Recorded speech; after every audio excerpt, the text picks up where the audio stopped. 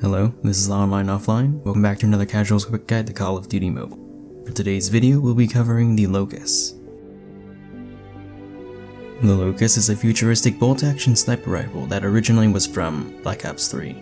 It later reappeared in Black Ops 4, and was introduced to mobile in the second season but was locked behind supply drops.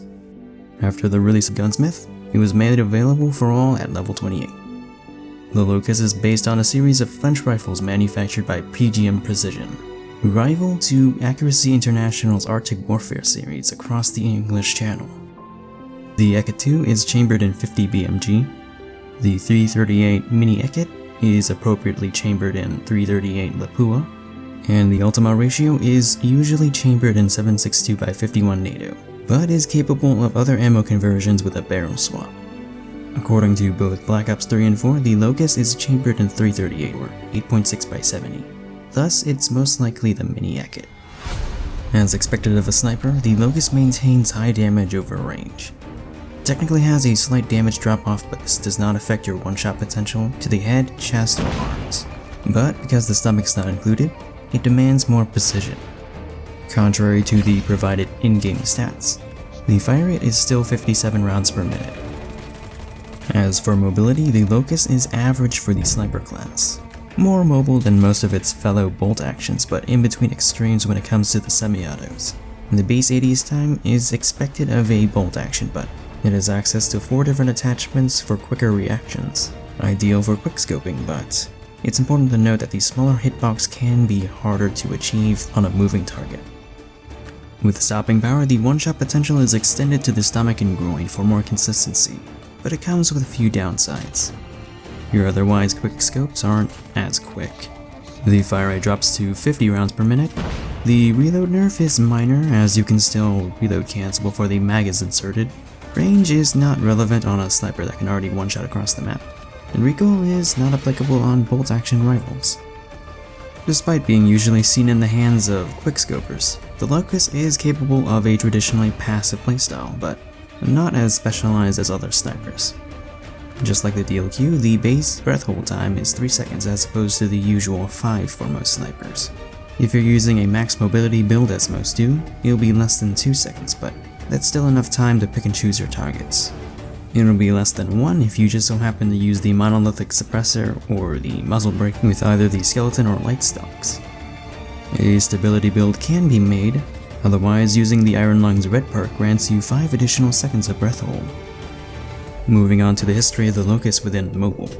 Despite PGM Precision being a competitor to Accuracy International, the Arctic 50 is based on the AS50, which is a semi-auto. Even though they share similar stats, it's not fair to compare a bolt action with a semi-auto. No, the Locus's rivalry is with the DL Q33. In the beginning, the Locus had the edge in terms of mobility, ammo capacity, and fire rate. Despite this, the DL Q was still seen as the superior bolt action. It had a larger one-shot potential, it was free, and it had much more predictable idle sway. The idle sway for the Locus back then could only be described as kinda like those old school DVD player screens where the logo would bounce around on the edges.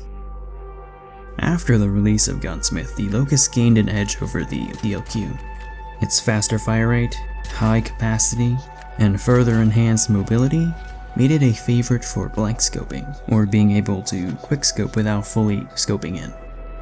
But after the sniper nerf of early 2021, the DL Q once again became the consensus #1 bolt action, even at times being equal to the Locus in terms of ADS speeds. So what about now, as of Season 7 of 2022?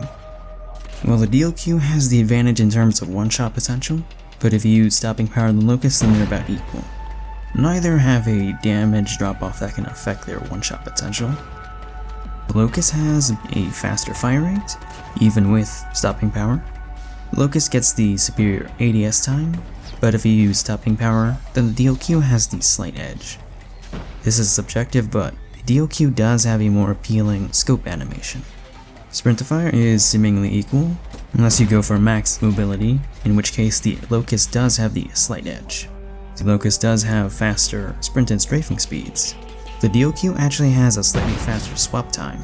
The Locus has a faster reload, but both of their partial reload cancels are nearly the same. Locus has more ammo. Breath hold times are equal for both, but if you go for max mobility, then the Locus has the slight edge. The DL has the more stable idle sway, but that's in terms of base. If you go for max mobility, then they're about equal. Both have the same hipfire values, and flinch is about equal, but if you go for max mobility, then the DL has superior flinch. Locus does have more attachments, but sometimes less is more. Maximum ADS speed, sound suppression, and a consistent one-shot potential, the DL can have it all. With the Locus, you have to make compromises. Plus, no amount of stats could quantify the satisfaction behind the intervention, the godfather of quickscoping. The DL is old and reliable for a reason, and I don't see it changing anytime soon. But hey, that's just my opinion. This has been a Casual's Quick Guide. Feel free to suggest what guns you want to see covered next. My name is On, and I'm off.